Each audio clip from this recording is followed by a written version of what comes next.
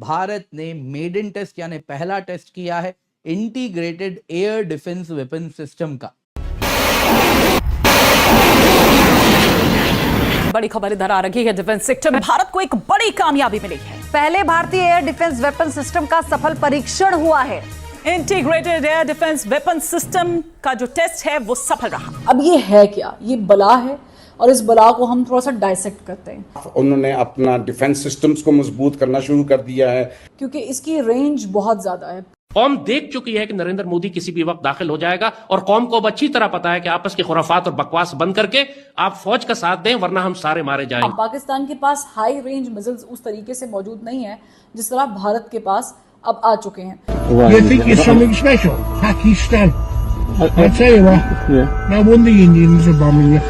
Yeah, that's fine. Exactly. You're never going to win that battle.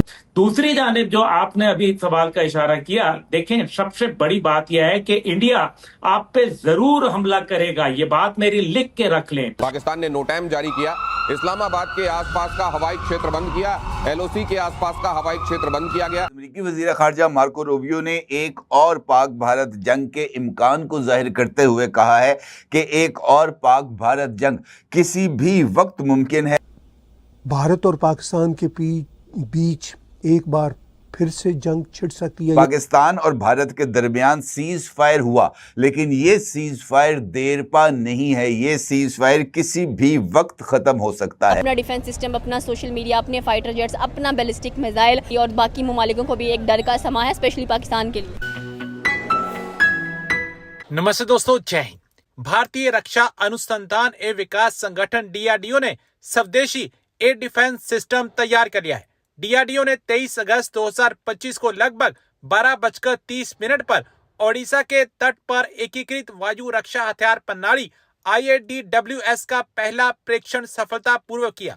इस परीक्षण में मिसाइलों को लक्ष्य के पीछे उड़ाया गया और मिसाइलें अपने लक्ष्य को हवा में ही मार गिराने में सफल रहीं। एकीकृत वायु रक्षा हथियार प्रणाली एक बहुस्तरीय वायु रक्षा प्रणाली है जिसमें सभी स्वदेशी सतह से हवा में मार करने वाली मिसाइलें शामिल हैं। इसमें कुल 3 तरह की मिसाइलें हैं। भारतीय वायु रक्षा प्रणाली दुनिया की सबसे उन्नत और मजबूत प्रणालियों में से एक है जो हवाई खतरों जैसे बैलिस्टिक मिसाइलों, क्रूज मिसाइलों, लड़ाकू विमानों, ड्रोनों और हेलीकॉप्टर से रक्षा करने में सक्षम है। ये मल्टीलेड सिस्टम विशेष रूप से पाकिस्तान और चीन जैसे पड़ोसी देशों से उत्पन्न होने वाले खतरों को ध्यान में रखकर विकसित किया गया है। देखें, अगर हम बात करें कि हमारा हमसाया अगर अपने आप को टेक्नोलॉजी में इतना स्ट्रॉन्ग करता जा रहा है तो हमारे भी फिक्रमंद तो होने वाली बात है, सोचने वाली बात है कि यार वो अगर अग्नि 5 बना रहा है, वो जदीद तरीन जो है वो हथियार बना रहा है, तो हम किधर खड़े हैं? तो हमें भी अपने मज़ीद जो है वो जदीद और अप टू ग्रेड जो है वो हथियार बनाने की तरफ जाने की ज़रूरत है। और दुनिया में मतलब वो एक डर और खौफ का माहौल देखने को मिल रहा है, स्पेशली अगर पाकिस्तान में जैसे इंडियन मीडिया ये वावेला करता हुआ हमें दिखाई दे रहा है कि भाई जो हमारा अग्नि 5 है वो दुनिया बल्कि पूरे पाकिस्तान को लपेट सकता है, इतना उसके अंदर इतनी पावर है। हमारे सामने नहीं आ जाती क्योंकि बहुत सारी जगहों पे ये आ रहा है कि भाई अग्नि 5 बहुत ही स्ट्रॉन्ग मिसाइल बन के उभरा है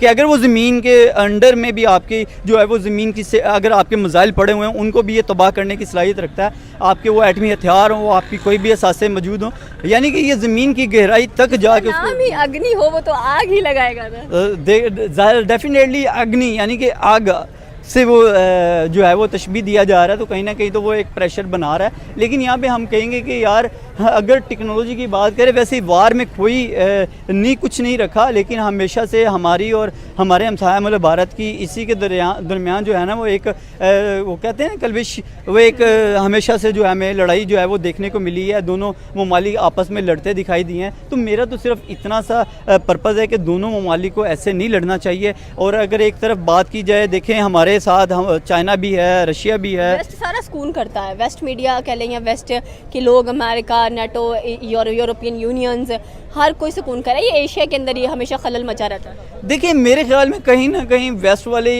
कोई ना कोई ऐसी तीली लगाते हैं, वो तीली लगाते हैं जिसकी बाद जो है वो हमारे एशिया में है, कहीं ना कहीं हमें अफरा तफरी नज़र आती है। अभी रिसेंटली देखा जाए तो ईरान और इसराइल की भी हमें देखने को मिली, उसमें भी वेस्ट का अमल दखल था। और अभी अगर हम बात करें यहाँ पे पाकिस्तान और इंडिया की, तो रिसेंटली इसमें भी कहीं ना कहीं आपको ताने बाने जो है वो वेस्ट से ही मिलते नजर आएंगे। क्योंकि अगर वो चाहते, अक़वाम मुत्तहिदा चाहती या जो इनकी जनरल जो असम्बली है वो ये चाहती, तो भाई हमारे मुल्क और हमारे हमसाया मुल्क भारत को बिठा के इस मसले को रिजोल्व किया जा सकता था। जिस कश्मीर के मुद्दे पे हम हमेशा लड़ते हैं, जिस मुद्दे पे कि जी कश्मीर जो है वो बहुत ही जो है वो कश्मीर हमारा हिस्सा है और हमारा हमसाया मुल्क भारत कहता है वो हमारा हिस्सा है, तो मुझे कहीं ना कहीं ऐसा लगता है कि हमें ये सोचने की ज़रूरत है कि यार कश्मीर किसका हो सकता है। और हम भी 5 फरवरी को जो है वो एक कश्मीर डे मना लेते हैं, तो मेरे ख्याल में कश्मीर का एक दिन मनाने से कश्मीर हमारा नहीं हो जाता, कश्मीर के लिए बड़ी एफर्ट करनी पड़ती है।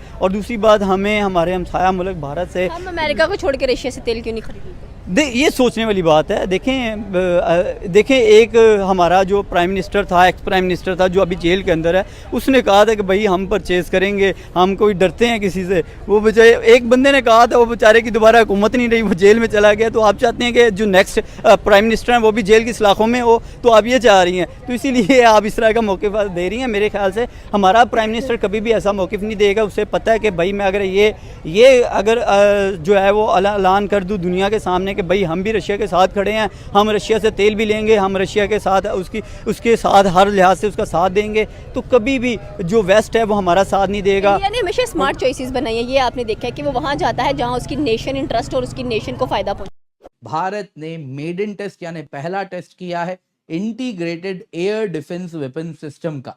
अब दोस्तों ये जो सिस्टम है, इसमें अगर आप देखें तो वन ऑफ द लेयर्स जो इसका बन रहा है वो laser based directed energy weapon system का भी है, यानी कि जो futuristic weapon system and air defence system हो सकता है उसको कहीं ना कहीं हमने स्थापित कर दिया है। अब कई लोग कह रहे हैं प्रधानमंत्री मोदी जी ने कहा था 15 अगस्त को सुदर्शन चक्र भारत बनाने वाला है, तो क्या सुदर्शन चक्र की ओर हम आगे बढ़ रहे हैं, क्या वो टेस्ट हो गया है? तो देखिए दोस्तों, शॉर्ट आंसर ये है, सुदर्शन चक्र में सिस्टम ऑफ सिस्टम्स होने वाले हैं, उसमें integrated air defence weapon system का बहुत बड़ा रोल होने वाला है, तो हमने उस ओर कदम बढ़ाना शुरू कर दिया है। अभी भी कुछ गैप्स हैं जो हमें इस पूरे के पूरे पजल में फिल करने हैं। वहीं दोस्तों ये जो सिस्टम जो हमने टेस्ट किया है, ये अपने आप में एक ऐसा सिस्टम है जिसके बाद चाइना पाकिस्तान दोनों की नींद उड़ने वाली है, क्योंकि एंड ऑफ द डे ये जो डिजाइन है ये चाइना और पाकिस्तान से आने वाले मिसाइल थ्रेट, ड्रोन थ्रेट को ध्यान में रखते हुए बनाया जा रहा है। इसीलिए लेजर सिस्टम का भी काफी ज्यादा इसमें काम किया गया है, डायरेक्टेड एनर्जी वेपन सिस्टम्स का, ताकि बहुत ही लो कॉस्ट सोल्यूशन निकले इन सारे ड्रोन्स का, जो कि नेक्स्ट जनरेशन वॉरफेयर में हम देख रहे हैं। दोस्तों चाइना पाकिस्तान ही नहीं, पश्चिमी दुनिया जिन्होंने ये सोच रखा था कि देखिए भारत जैसा देश तो कभी ऐसा सिस्टम बना ही नहीं सकता, ये आयरन डोम और वो गोल्डन डोम केवल और केवल पश्चिमी देश ही बना सकते हैं। हमने दोस्तों ऑलरेडी ऑपरेशन सिंदूर में स्थापित किया था कि हम ना सिर्फ वैसा सिस्टम बना सकते हैं बल्कि उनकी तुलना में लो कॉस्ट सोल्यूशन देते हैं, जो कि इस वॉरफेयर को, मॉडर्न वॉरफेयर को जो सूट करता है। तो उस ओर हम बड़ा कदम रख रहे हैं, सुदर्शन चक्र की ओर हम आगे बढ़ चुके हैं।